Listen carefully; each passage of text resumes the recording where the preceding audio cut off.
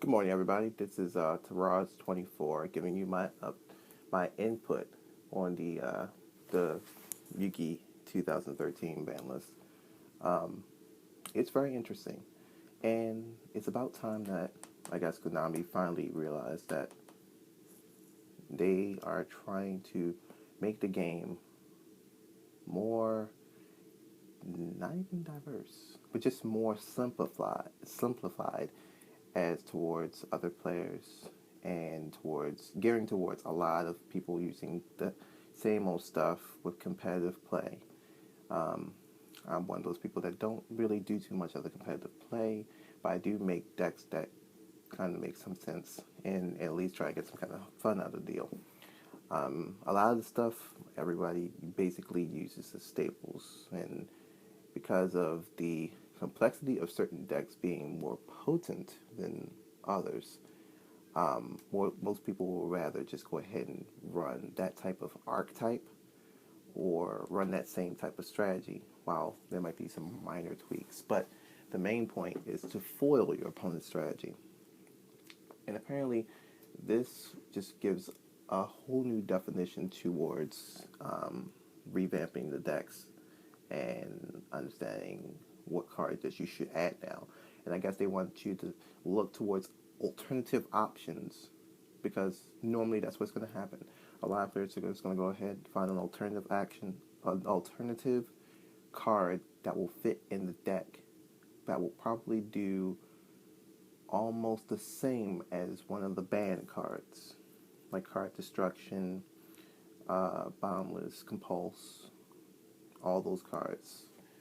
Something that'll search, something that's going to give them the upper hand advantage. And that's pretty much the basis of any Yu-Gi-Oh card deck, is to have the upper hand. If you get the upper hand on your opponent and you knock out most of their strategy, they pretty much have nothing left to do but depend on the next top card to draw. And it's been a good couple of years since it has actually occurred. Now, the fact that they have set this as a trial ban list now, the fact that it's something just to see if this list seems to do something. Of course, it's done something right now, but they want to see if it has done something that will basically um, bring in a new era of decks, or a new era of strategy, or a new era of just competitive play.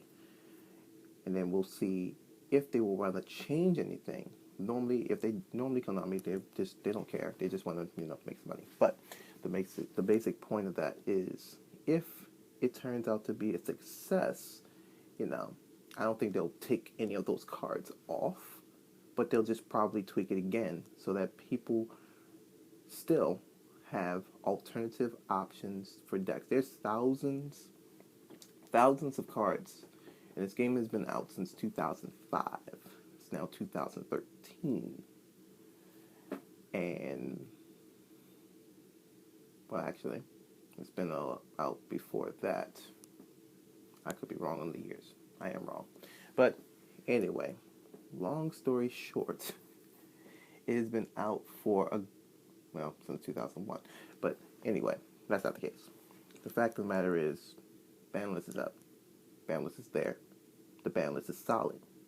It's not the same as the Jap ban list, but they figure that they can get more competitive players to think of a different strategy, or to have other young upcoming players to be in the game, but still have some kind of advantage.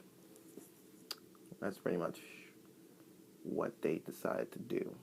The same stuff, everyone runs it, everyone knows how to counter each other's strategy. Now, it's dimmed down to the point where you have to think before you play your next card. If you do that, then it just is a matter of what your opponent might have. It's just thinking in their shoes. Hey, if I have this card and this card, what's the options that they can have? So, I am kind of good. I feel kind of good about the ban list. The ban list it's solid, it's unique, and it's definitely going to bring in another kind of play. The basic thing that most Yu-Gi-Oh players basically want to see is a different gameplay now, because Yu-Gi it sometimes dies a little bit after if you're going against the same decks over and over again. And then there's others that that try have different strategies, but it don't go into fruitation. And basically, their decks aren't able to keep up with the higher class decks, the top tiers. And that's what this whole thing is all about. See if we can get some higher tier, see something else meet the higher tier decks. Of course, it might not happen.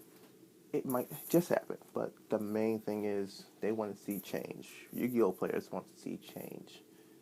And if it takes Konami just to go ahead and tweak a couple ban lists just to see if they can get more of a different player base, then by all means, they're just going to go ahead and do it.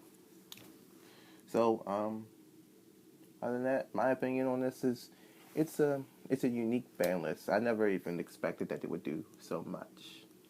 And now it's just you have to think on what cards to put in now. What cards would be beneficial, what cards would not be beneficial. And basically predicting what your opponent's going to have. So that means planning for each one of those cards. Compulse, Bombless Trap Hole, Torrential Tributes, Dimensional Prison,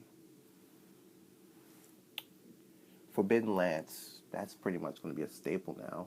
All those cards, because most of them were traps. Some were monsters. It's just planning ahead. That's all it is. Effect Dealer, they ain't going to hit that. You know you can always play with that. So, thanks for watching. I figured I'd just leave my input on this ban list, Got any comments? Leave them down below. But other than that, yeah, this ban list is pretty solid. Let me know your opinion about the ban list. What do you think? You think Konami could have done a little bit more? You think they could have done a little less? What do you think about this now every maybe 4 months ban list? Because this one's now until December 31st. So what's going to happen January 1st? What could they ban? What could they unban? Will they find another card that's broken or too strong? Will they try and dim it down? You guys let me know.